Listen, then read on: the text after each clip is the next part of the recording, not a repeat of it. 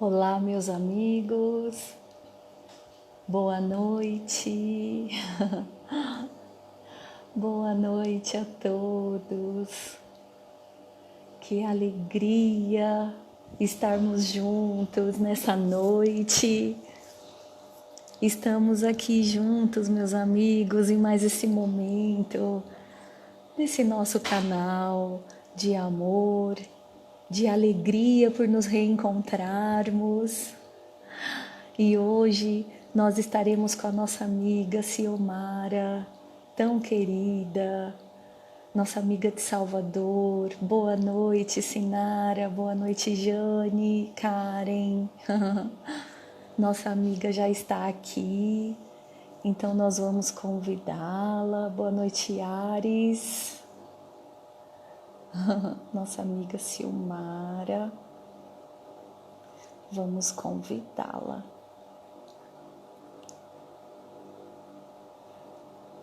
Só um instantinho. Vamos convidar nossa amiga.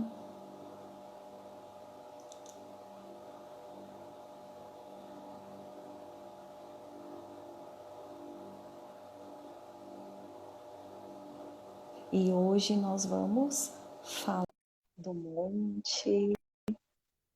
Convidou. Olá, boa noite. Amiga, boa noite, minha querida. Eu erguei um pouquinho aqui. Deixa eu ajustar aqui também, para ficar, aparecer aí um pouco melhor. Ah, isso Tá, acho que aí. agora foi, né? Ah, Silmara, que alegria, minha amiga, poder te reencontrar aqui juntas nessa noite. Gratidão mais uma vez pelo seu carinho, pelos Ah, aprendizados que passamos juntas. o prazer e a alegria é sempre nosso pelo convite, pela confiança. E sem falar que Obrigada. falarmos de Jesus é sempre uma alegria, né? Como nós havíamos comentado, é sempre um prazer que Exatamente. não dá para a gente descrever, né? Só vivendo. Exatamente, amiga, só vivendo essas boas novas, né, amiga? E Sim, aqui sim. junto, né, de tantos amigos conectados com a gente, vamos fazer a nossa prece, elevar os Vamos. nossos corações, os nossos pensamentos a Deus e agradecer a Jesus, este mestre, amigo, este irmão tão misericordioso que nos dá tanto carinho, tanta acolhida. Pedimos permissão a Jesus, aos bons espíritos que estejam conosco neste momento, que possamos tranquilizar os nossos corações, acerenar as nossas almas e juntos aprendermos um pouquinho mais das lições amorosas deixadas para todos nós. Gratidão, Mestre Jesus, que assim seja. Assim seja. Amiga, olha só, o Sermão do Monte, este dia que foi tão importante para a história da humanidade, tão importante que até Gandhi disse, né, que se perdêssemos todos os livros das religiões e salvássemos o Sermão do Monte, nós teríamos o ensino salvo, teríamos a religiosidade salva. E é aqui, minha amiga, que nós queremos te ouvir a partir de agora. Nós vamos trocando aí as nossas informações, né? Vamos Então, lá. a gente vai conversando a respeito deste momento tão importante, como você disse, da humanidade. Essa É, afirmação de Gandhi é algo que só fortalece o que Jesus nos é, trouxe. isso aí. Este sermão do monte está mais bem colocado no Evangelho de Mateus, e é o que eu gosto de normalmente estudar no capítulo 5, 6 e 7. Muitas pessoas acham que o sermão da montanha se restringe somente às bem-aventuranças, mas na verdade vai muito além, né? Vai ali todo um compêndio, todo um compilado de ensinamentos de ética, de moral, de espiritualidade, de respeito, de amor que Jesus nos trouxe. Ele vem nos afirmando várias coisas, mas o sermão da montanha é justamente o sermão, desculpa, as bem-aventuranças é justamente o que abre este sermão do monte, porque nós vamos perceber várias peculiaridades. E foi logo no início da vida pública de Jesus. Ele não havia realizado grandes coisas, mas eu fico pensando, Ju, que ele primeiro quis dizer assim: eu vou trazer um código, né, de moral para estas pessoas, eu vou trazer todo um contexto do que de fato é o amor, do que de fato é a espiritualidade, o que de fato transcende além da matéria. E depois, quem sabe, com esses ensinamentos, eles vão compreender aquilo tudo que eu vim trazer.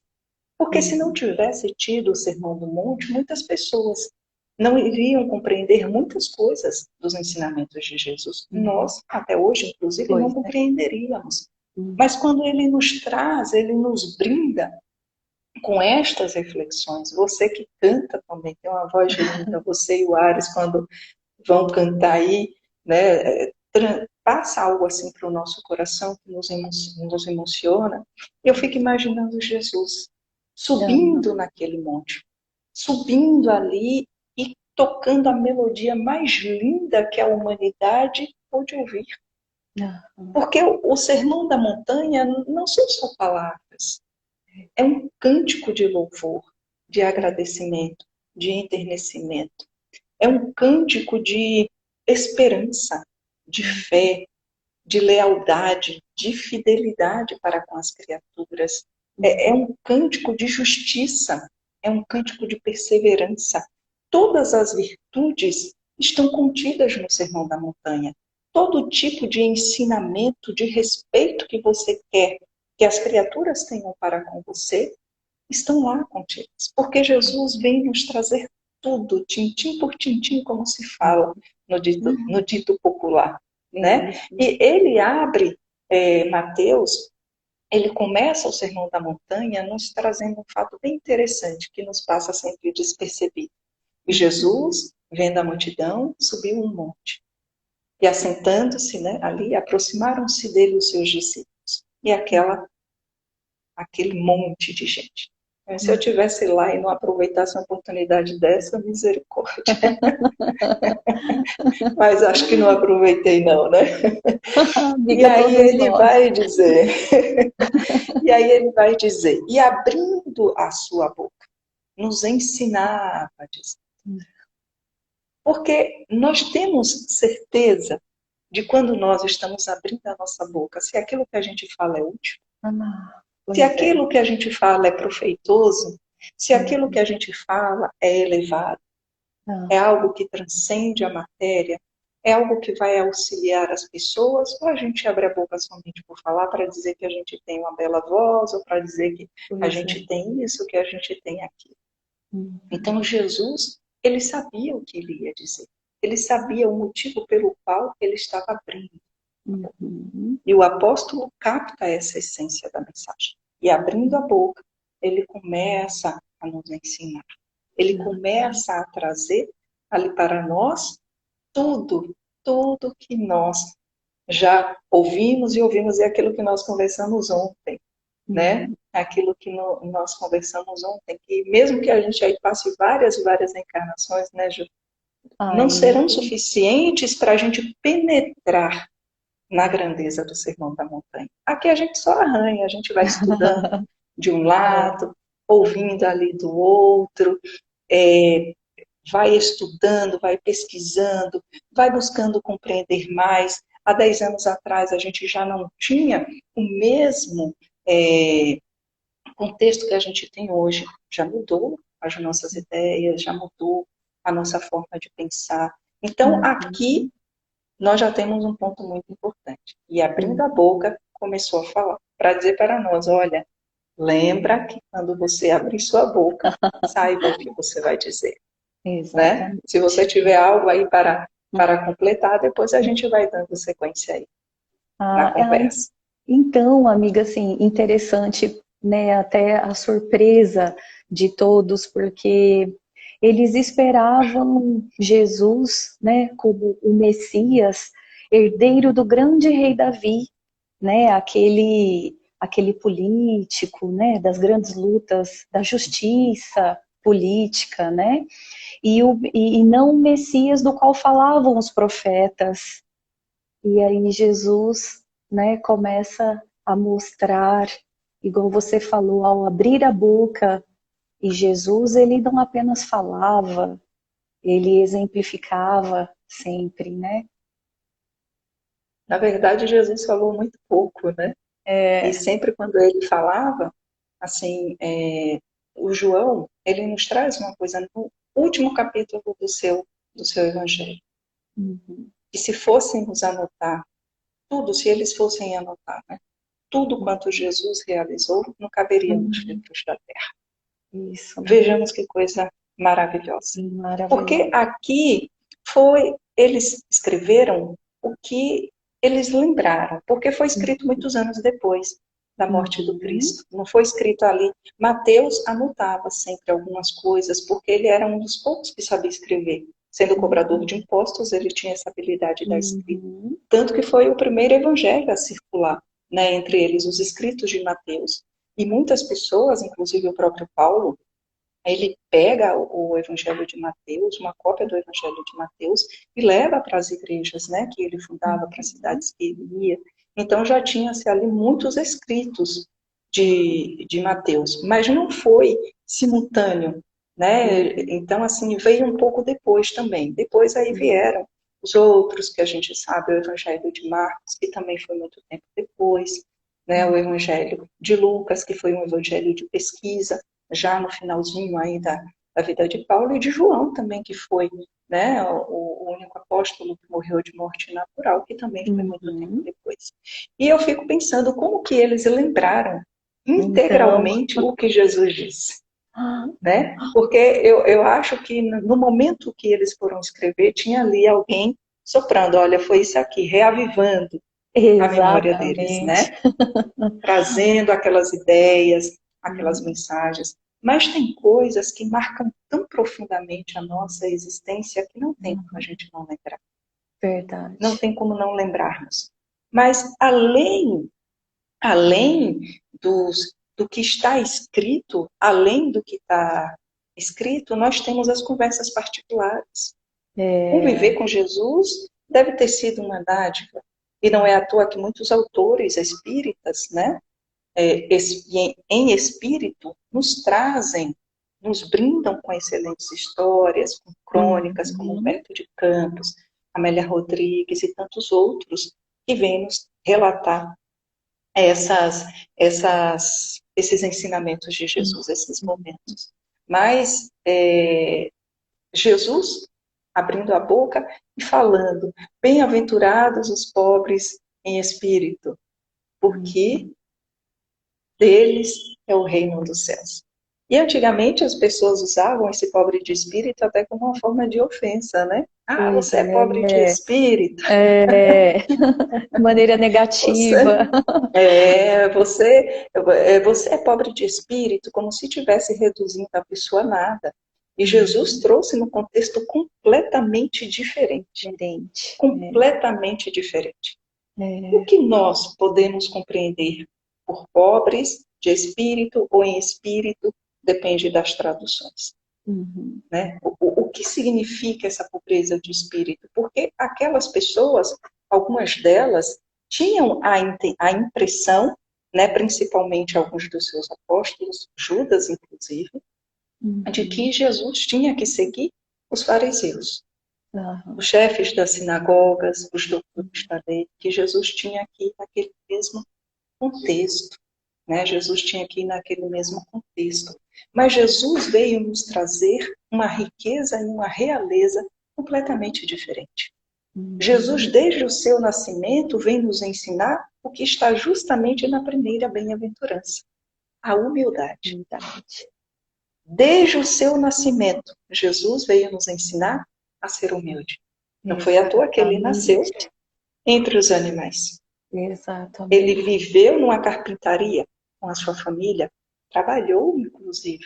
Quando sua mãe queria que ele fosse estudar no Templo de Jerusalém, ele disse, não, minha mãe, não tem necessidade, muitas coisas eu já sei. Prefiro ficar na casa do meu pai. No momento certo eu irei.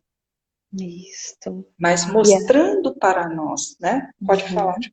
E a humildade como o primeiro passo de crescimento, né, amiga, para todos nós.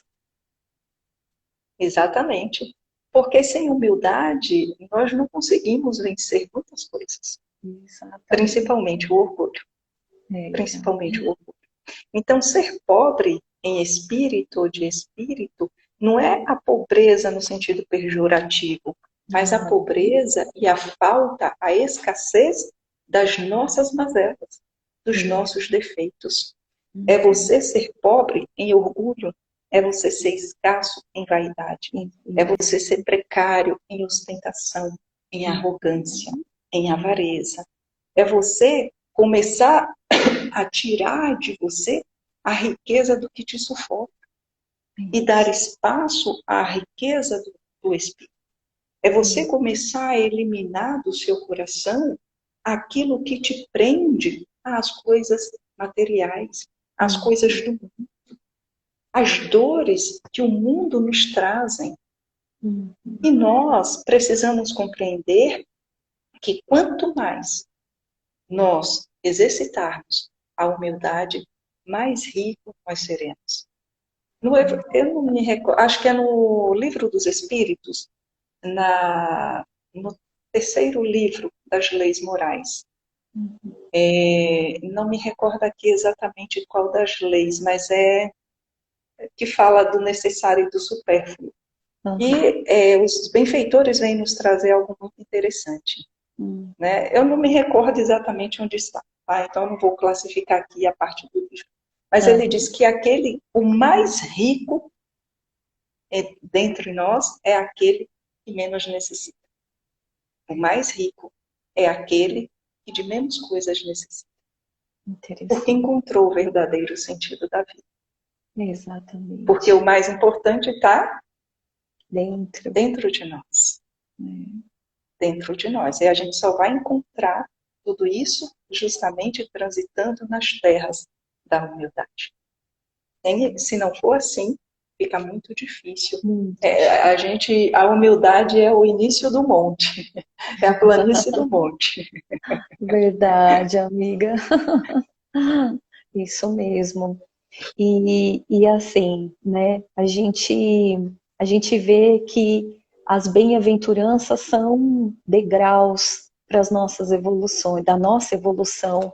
Então, cada uma delas traz uma característica, né? Igual você comentou, a primeira, bem-aventurados os pobres de espírito, que vem falar da humildade.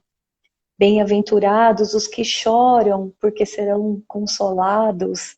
Então ele fala da importância da resignação, né? De sermos capazes de lidar com as adversidades, com as dificuldades, né, amiga? Hoje aconteceu algo lá no trabalho, e assim é sempre muito triste quando a gente perde alguém, né? E um dos funcionários de lá recebeu a notícia que a sua mãe havia desencarnado. E é sempre um momento muito difícil, porque é uma notícia que ninguém quer receber, é uma notícia que ninguém quer ter, né? Ouvir ali no telefone, uma mensagem de WhatsApp, enfim, é algo que ninguém quer receber. E o choro é inevitável. O choro é inevitável. E existem, Ju, determinados momentos na nossa existência que o choro é inevitável. E é necessário. Porque em algumas situações nós precisamos perder tudo para nos reencontrar.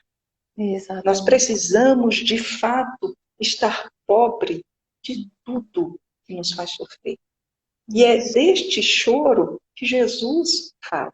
Não é um choro por perder as coisas materiais. Não é um choro por dizer assim, eu bati aqui o meu braço e eu só Uhum. vivo me batendo, né? Poderia estar chorando aí e ser essa bem-aventurada.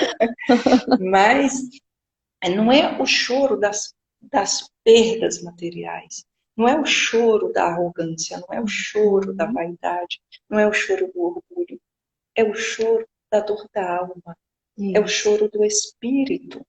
Porque Uhum. só consegue chorar com a alma verdadeiramente aquele que aprende a ser humilde, aquele que entende os desígnios de Deus. E para entender os desígnios de Deus, nós temos que transitar pelo primeiro degrau. Não tem como alcançar o segundo sem passar pelo primeiro. Ainda Exatamente. que a gente queira soltar, né? Não, isso.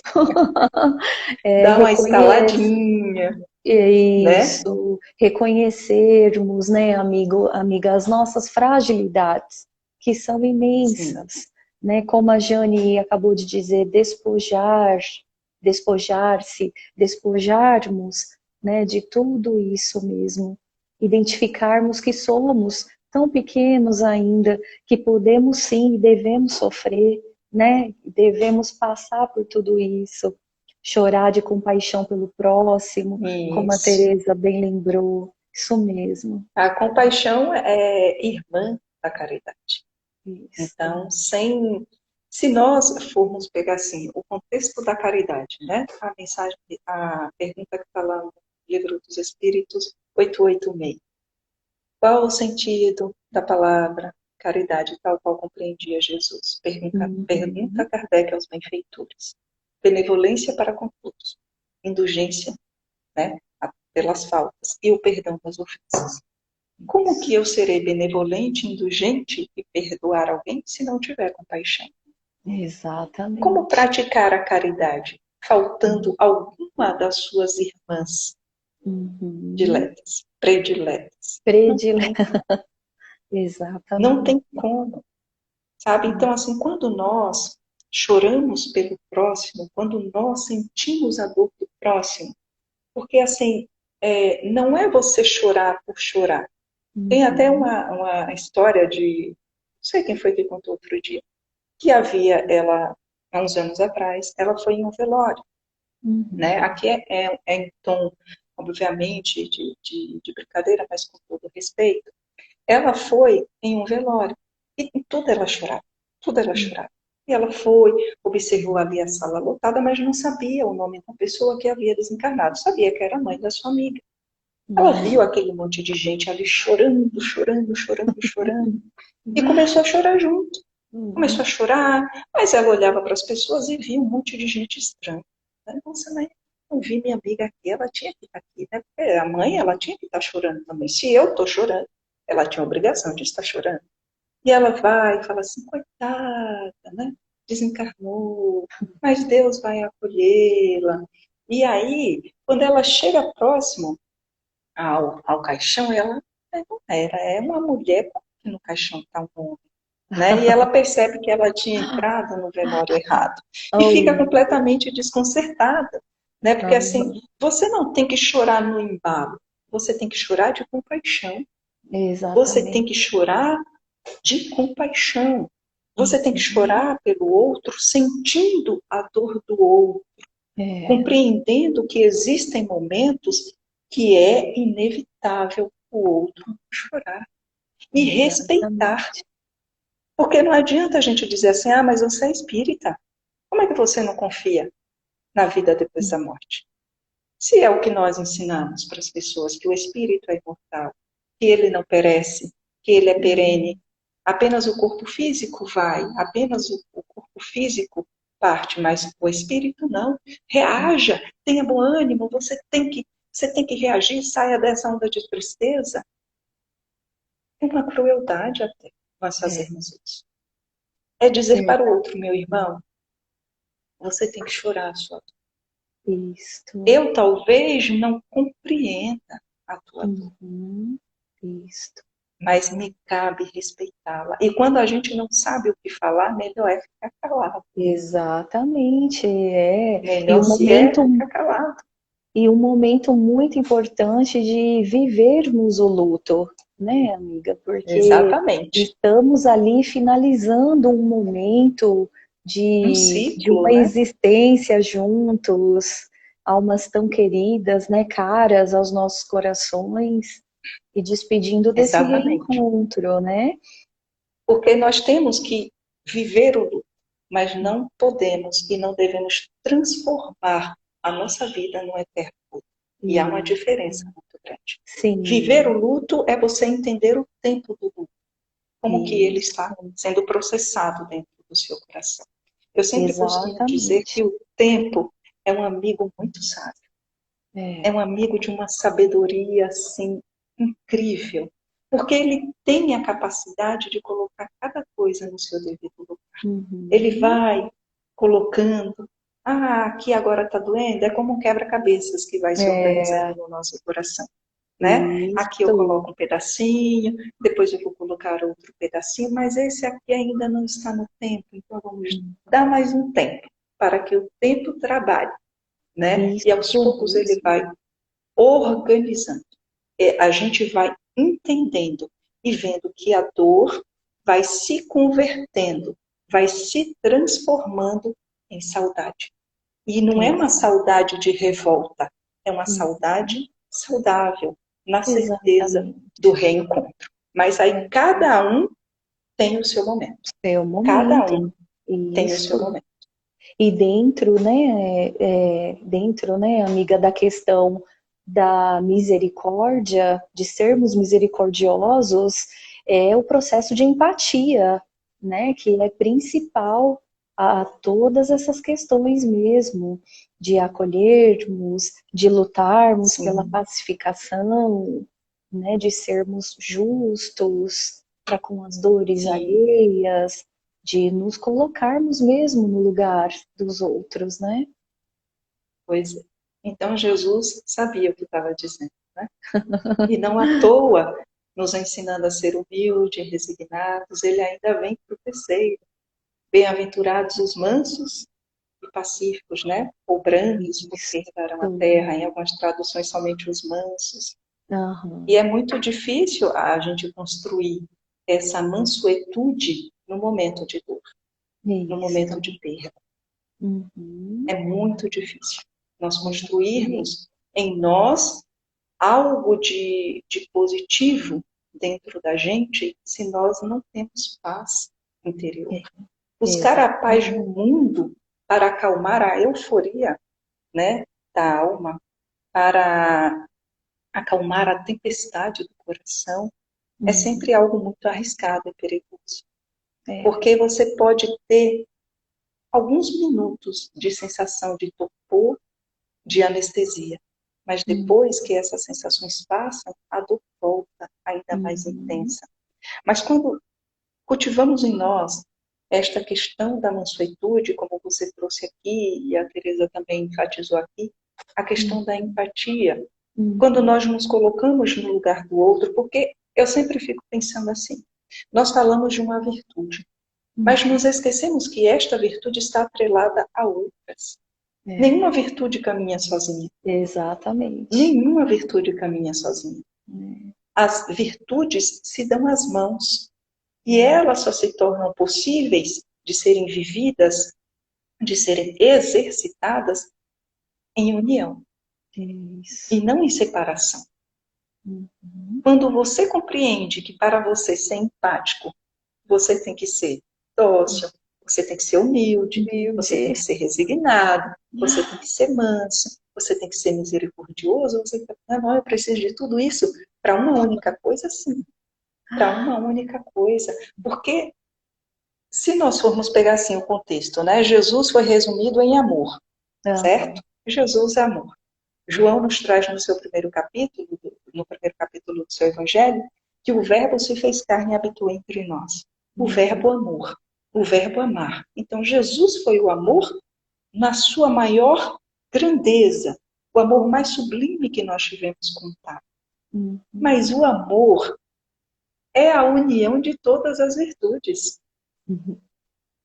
Como adquirir, Exatamente. como aprender a amar sem deixar de ser orgulhoso, sem ser humilde, sem ser manso, sem ser pacificador. Como? Como nós vamos amar as pessoas? Óbvio que a gente ama. E as pessoas, algumas pessoas, mas eu amo, nossa, você está julgando. Não, de forma alguma, não nos cabe julgamento em relação aos sentimentos do outro, né? Mas assim, eu amo a minha maneira. Sim. Você, Juliana, ama a sua maneira. Todos que aqui estão amam a sua maneira, com o seu amadurecimento moral e espiritual. Isso. Tanto que Chico amou de uma forma que a gente ainda não consegue amar. Divaldo ama de uma forma que nós ainda não conseguimos amar. Madre Teresa, Irmã Dulce, tantos outros, de uma forma muito mais intensa que nós ainda não conseguimos. Da mesma forma, outras pessoas não conseguem amar como a gente já ama. O nosso amor ainda é um pouco egoísta, ainda é um pouco reducionista. Nós damos a este sentimento as nossas características. Nós vestimos o amor que a gente sente com as nossas necessidades. Com as nossas necessidades. E muitas vezes essas necessidades minhas não são as suas. E vice-versa. E vice-versa. Cada um está no seu momento. Cada um está no seu processo de amadurecimento e vai compreender o amor de uma forma diferente. Obviamente que quando nos tornarmos puros, com as asinhas nas costas, vamos compreendê-los todos da mesma maneira. Mas até lá, cada um compreendendo, mas o importante é amar. Exatamente. E nunca desistir. Nunca desistir. Você falou uma palavra importantíssima agora, amiga. Jamais, uma frase, né? Jamais desistirmos, né?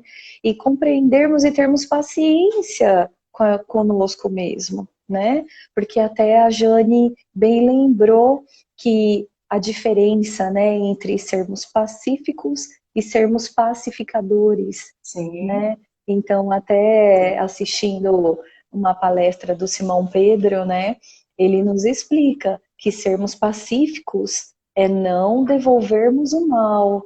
Então, se hoje nós já conseguimos fazer pelo menos isso, estamos caminhando, cada um a seu passo, né? Como você falou. E sermos pacificadores, devolvermos o mal com o bem. Então, isso aí já é a transformação do mundo. Mais para frente, né, amiga? Sim, tanto que já está lá no finalzinho. Né? Tanto que já está lá no finalzinho. Mas eu sempre penso assim, Ju, que nos cabe ter esta paciência, esta mansuetude para com o outro. Porque se nós chegamos até aqui, foi porque alguém também usou de misericórdia, de mansuetude, de amor e de compaixão para com as nossas fraquezas. Exatamente. Foi porque aquele que diz ser nosso anjo guardião colocou a mão no fogo por nós. Está toda queimada, né? Tadinhos. Tudo bem que deva estar toda queimada, mas eles falaram assim, nós vamos apostar neles. Eu tenho certeza que a Silmara, que a Ju, e aqueles que estão aqui nos assistindo vão conseguir. Vão conseguir. Eles já mudaram. Eles já cresceram. Então eu tenho certeza que tendo contato com a doutrina dos espíritos, eles ainda vão reagir de uma maneira muito melhor. Eles vão crescer um pouco mais. Eles estão apostando em nós, porque Deus não nos criou para dar errado. Nós não fomos um projeto ao acaso. Nós fomos criados pelo amor, com amor. Nós temos essa essência dentro de nós e não dá para ser diferente. Exatamente. Jesus, um pouquinho mais à frente, diz, vós sois luzes, vós sois o sal da terra, logo depois do sermão, das bem-aventuranças.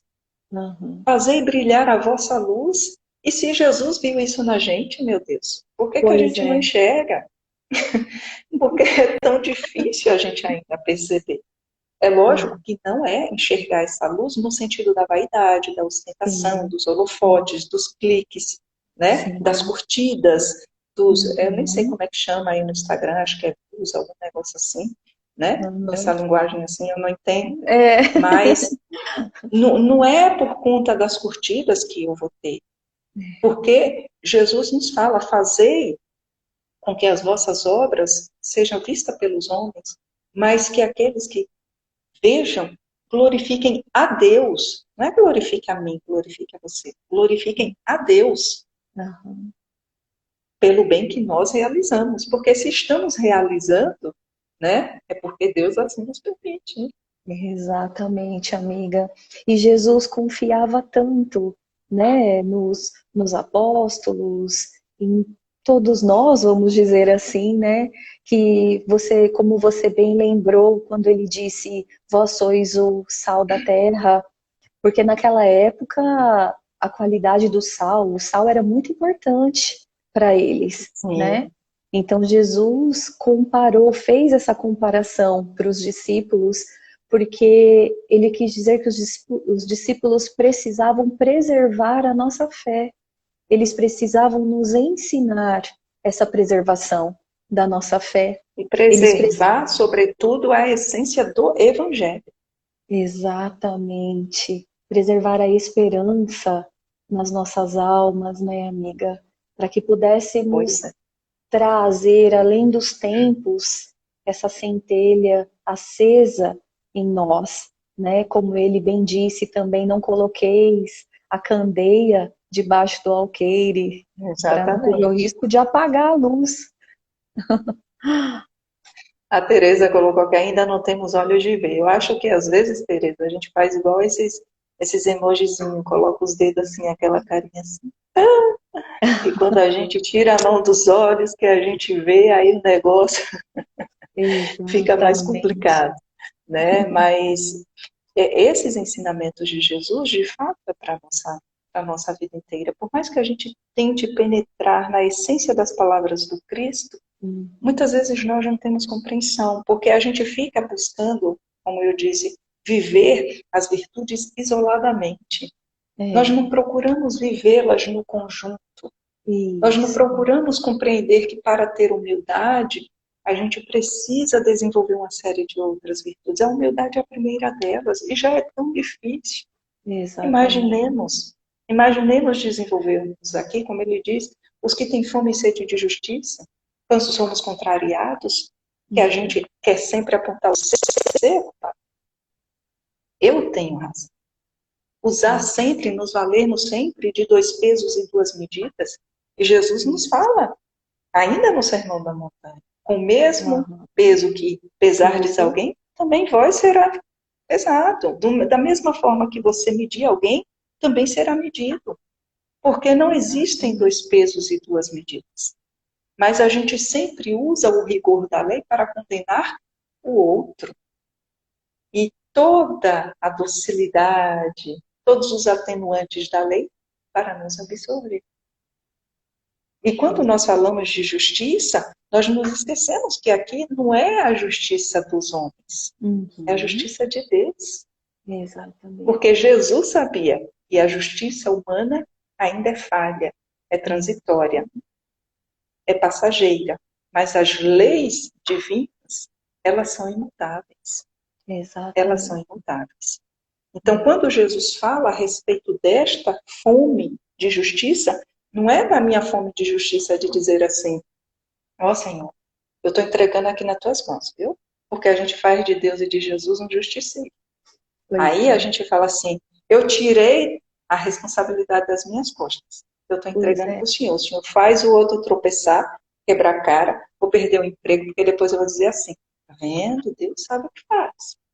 Não fui eu, Exatamente, foi Deus. amiga.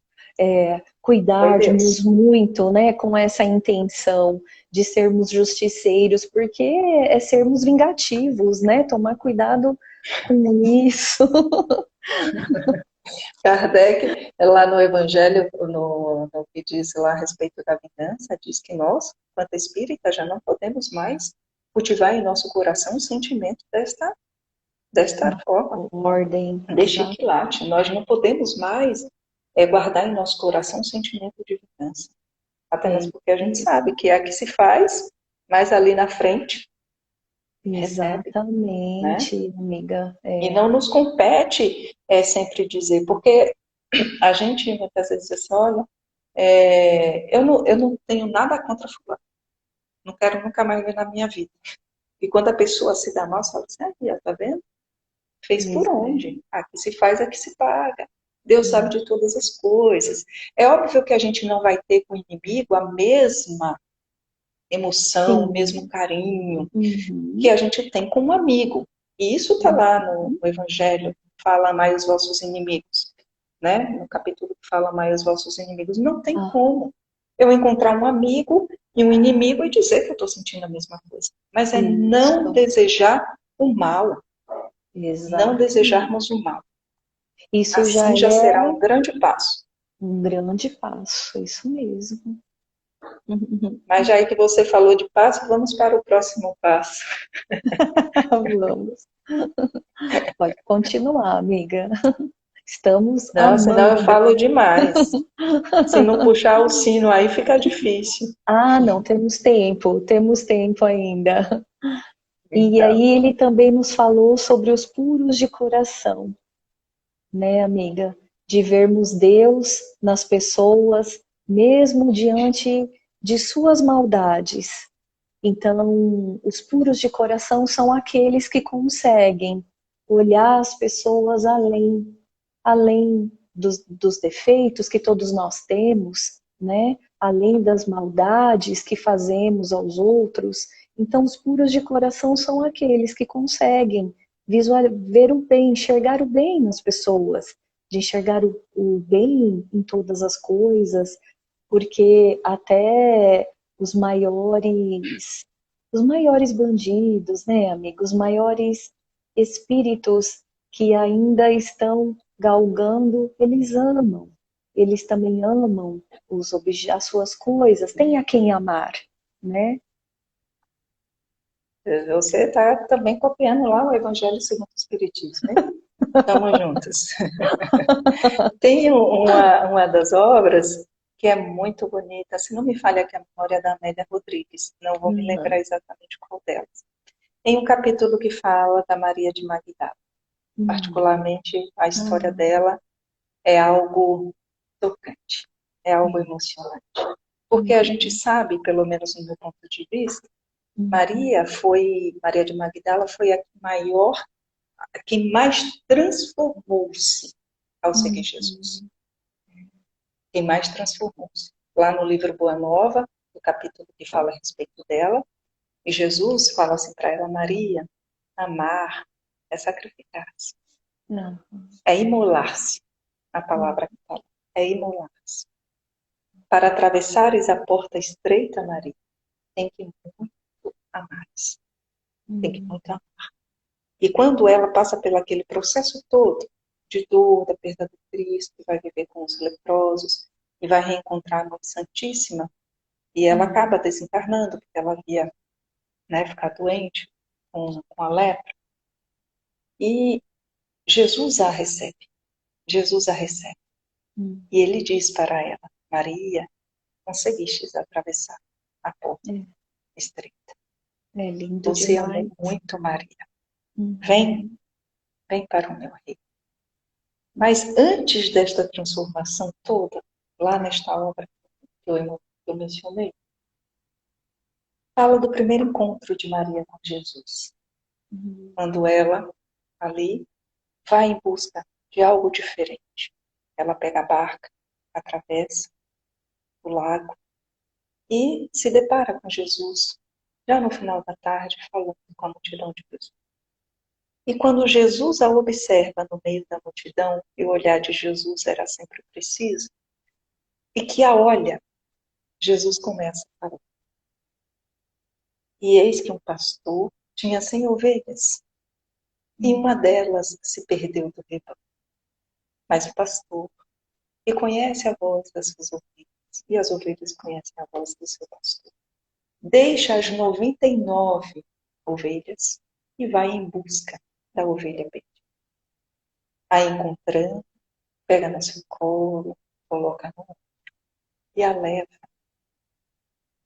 para conviver junto com as ovelhas. Qual pastor, amando as suas ovelhas, não ficaria feliz de encontrar a ovelha perdida? E Maria se toca profundamente, profundamente. Ali naquele momento, onde os olhos dela se cruzaram com os olhos de Jesus, quando ela sentiu por aquele homem simples, por aquele Nazareno, um amor que ela nunca havia sentido antes, algo que a tocou profundamente. Não era o amor que ela conhecia, era um amor que transcendia, e ela não compreendia. Ela volta para casa e fica completamente perturbada. Mas não a perturbação de dor, de sofrimento, uma perturbação de transformação. E ela começa a pensar, não tem como eu não sei. Isso aqui para mim não faz sentido. Ela dá todas as coisas, dá ali o que ela devia para seus escravos, seus empregados, e sai praticamente com a roupa do corpo, leva apenas, né, um vasinho de um abraço, algumas coisas, que muitas joias, inclusive, ela vendeu para ajudar até mesmo, né, ali, as pessoas que conviviam com Jesus, e não tinham dinheiro, que passavam fome. E ela vai ao encontro de Jesus, na casa de Simão. E encontrando-se com ele, Simão a olha com um olhar de reproche, um olhar de desdém, de discriminação. E ela fala, Senhor, ainda dá tempo, né? Não são essas palavras. Ainda dá tempo de aceitares uma ovelha no teu rebanho. E Jesus fala, nenhuma das minhas ovelhas perdeu. E ela pergunta para Jesus, e quando tu partires, Senhor, o que acontecerá de nós? Porque ela sentiu o olhar de julgamento de Pedro. Ele dizia, nunca estarás sozinho. Então nós vemos ali uma transformação tão intensa, porque Jesus tinha essa pureza de olhar para o outro. E mesmo observando a ruína, as ruínas que nós temos em nosso coração, no nosso ser, Jesus consegue enxergar as flores da primavera. Muitas vezes nem nós sabemos, Ju, que temos essas flores. Exato. Muitas vezes nós não sabemos dos valores que nós temos, mas Jesus sabe. Jesus sabe. E quando ele nos olha, Divaldo nos fala uma coisa que é fantástica. Ele diz assim que Jesus está no caminho. E às vezes a gente passa muitas vezes por ele, sem nos darmos conta. Passamos. Quantos chamados nós já tivemos? E simplesmente passamos. Mas no momento em que o nosso olhar se cruza com o olhar de Jesus, assim como o de Maria, no momento em que nós miramos aqueles olhos doces, mansos, pacíficos, humildes, puros, quando aquele olhar penetra no nosso, não dá para dizer que a nossa vida continua a mesma. Não tem como. Algo em nós se transforma. Algo em nós acontece. Não dá mais para sermos as mesmas pessoas de outrora. Não tem como. E estas bem-aventuranças é esse olhar de Jesus penetrando no nosso olhar, na nossa alma, no nosso coração, dizendo: vem, eu vejo em você as flores da primavera. Eu sei que você pode. A minha mão está tostadinha, mas eu sei que você pode. Eu sei que você consegue. Eu confio em você. Eu confio. E nós precisamos começar a enxergar o outro com um pouco de olhar de misericórdia, de compaixão, de empatia, de solidariedade. Quem sabe assim, nós chegamos aí no último passo da pacificação. Amiga, porque até esses dias, assistindo uma palestra do Haroldo, né? Ele falando sobre o nosso processo evolutivo, e ele fala que a solução para a evolução do nosso planeta, né, para a evolução de todos nós, é o ser humano evangelizado. isso não é falarmos de cristianismo, de falarmos de religiões, porque todos nós vamos aprendendo, caminhando, despertando para sermos homens de bem, né? E esta ele coloca que é a solução definitiva para o nosso planeta se regenerar, que é sermos corações evangelizados. E ele fala também que a solução parcial, enquanto estamos galgando para chegar nesse ponto, é a caridade sem fronteiras. Porque a caridade sem fronteiras, né, amiga, nos abre essa porta sem preconceitos, sem discriminações, enxergando além, como Cristo fez com a nossa amada Madalena, que você acabou de falar, de dar esse exemplo para a gente, que nos emocionou muito, amiga, sua fala sobre Maria de Essa, Magdala. essa fala de Haroldo vem muito ao encontro do que nós estamos vivendo, da transição planetária. As pessoas querem encontrar um mundo regenerado sem regenerar-se. As pessoas querem encontrar um mundo pacífico sem pacificar-se. As pessoas querem encontrar um mundo manso sem construir a mansuetude no coração, sem eximir-se da violência. As pessoas querem encontrar um mundo amoroso, mas ainda guardam mágoa, ódio. As pessoas querem encontrar um mundo misericordioso, mas não têm olhar de misericórdia. As pessoas querem encontrar um mundo mais generoso, mas são incapazes de praticar a caridade na sua pureza e na sua essência. Então, o processo de transformação, de transição planetária se dará justamente quando nós, com o coração evangelizado, entendermos que a transformação não está no mundo, no globo, no planeta. Está no mundo interno. Se eu não transformar o meu mundo interior, o exterior jamais se transforma. Se eu não me transformar, se eu não me regenerar, se eu não passar por este processo de transição, de amadurecimento, de reforma íntima, o mundo continuará sendo o mesmo. A transição planetária só acontecerá quando todos nós transitarmos pelas estradas das nossas vicissitudes, das nossas mazelas, dos nossos defeitos, e transformando-nos através do Evangelho, como acho que foi o Ares que colocou aqui, se não consegui ver o nome, com esta vivência do Evangelho de Cristo, se assim não for, não tem como não se transformar. Porque o mundo é o reflexo do nosso mundo interno.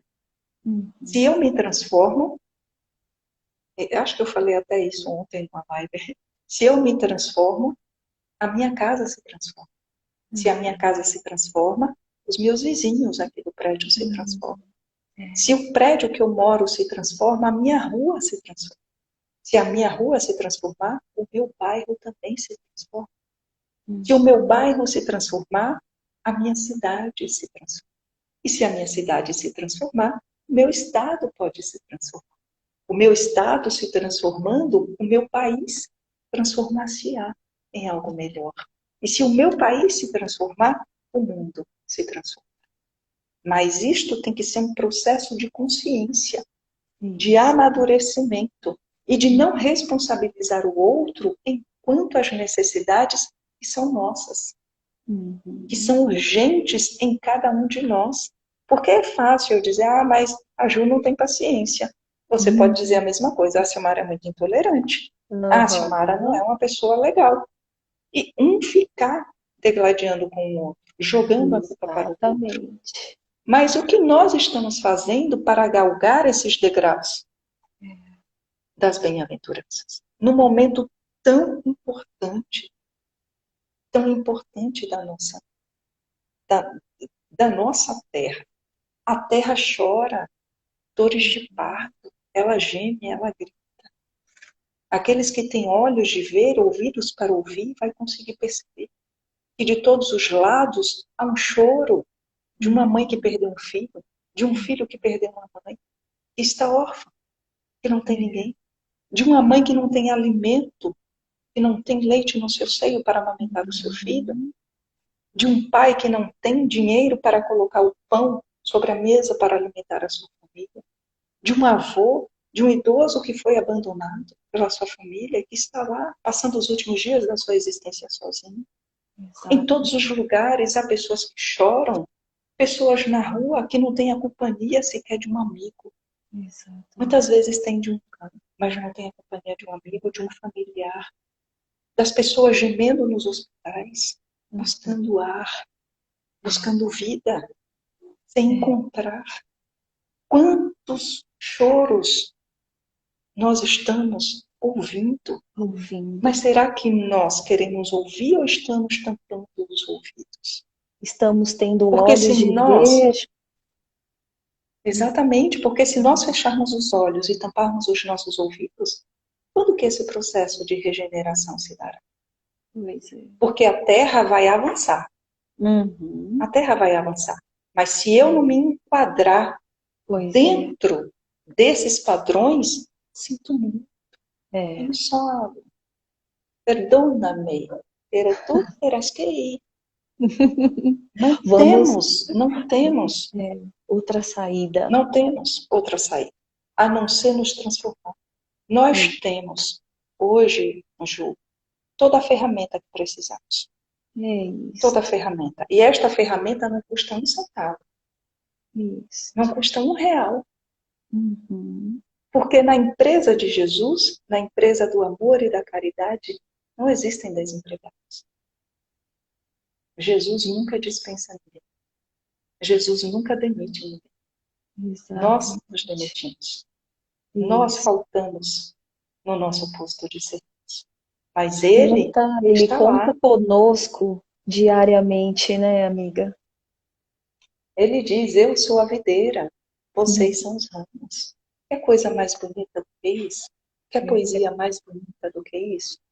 De nós olharmos aquela videira enorme, cheia de vida, e nós sermos uma folhinha daquela parede. E sabermos que ali nós vamos ter uma importância tão grande, porque nós queremos começar sempre pelas grandes obras, mas nos esquecemos que os grandes castelos foram construídos pedra a pedra, tijolo a tijolo, bloco a bloco, com a paciência daqueles que a construíram, com o auxílio do tempo. Então eu não preciso, para dizer que estou praticando a caridade, já abrir uma fundação e dizer, olha, eu tenho, eu doei mais de não sei quantos milhões, eu doei. Não, eu posso doar apenas algo que eu tenho. Algo que eu tenho. Os meus ouvidos, o meu olhar de compaixão, a minha palavra de bom ânimo, a minha atenção, a minha mão que socorre, o abraço que acalenta. O abraço, como até disse a Sinara agora há pouco, isso mesmo. Então nós temos, porque não adianta, a gente pode dar tudo, como disse Paulo na primeira carta aos Coríntios. Mas se não tivermos amor, nada disso me aproveita. Nada disso me aproveita. E vejamos que tudo vai se encaixando para chegar no amor. Exatamente. Sempre chegaremos no amor. Sempre as chegaremos virtudes, lá. Todas as virtudes são setas, sinalizações, piscas, né? Faróis que dizem por aqui, você se perdeu, agora eu estou te conduzindo, eu vou te caminhar para o mesmo lugar, porque todo o rio desemboca no mar, o grande mar do amor de Jesus, da sua misericórdia. E nós somos pequenas gotas, mas como disse Madre Teresa, quando perguntaram para ela, a senhora acha que o seu trabalho faz diferença? Ela diz, olha, o mar é constituído de várias gotas, mas sem esta gota aqui, o mar não seria o mesmo. O mesmo, exatamente. Minha amiga, O nosso tempo já está acabando. Eu Falar para disse que eu falo você. demais, tá vendo? Não, não. Ai, amiga, que delícia ouvir você. Imensa gratidão mais uma vez pela sua companhia, pela sua acolhida, por você me acolher com tanto carinho. E nós queremos agradecer também a todos os nossos amigos que estão aqui com a gente e que estejamos todos juntos diariamente e vamos galgar os degraus das bem-aventuranças, né, amiga? Um dia de cada vez, nos esforçando, né? E Exatamente. gostaríamos que você pode fazer suas considerações finais, amiga. É, eu estava até conversando com uma amiga ontem e falando com ela, né? E desde que o meu pai teve Covid, eu vim aprendendo. Talvez eu já soubesse, mas não tivesse a mesma compreensão. Mas ele nos ensinou, através de uma pequena música, que dizia assim, apenas... esqueci aqui o refrão, mas é uma música muito linda. Diz Hum, assim, um dia de cada vez, meu Cristo, é tudo que eu peço a Ti. Um dia de cada vez, que eu saiba viver um dia de cada vez. E todos os hum, dias que a gente tinha uma resposta lá do hospital, nós sabíamos, eu vivi um dia de cada vez. E Jesus hum, nos fala, a cada dia basta a sua própria aflição.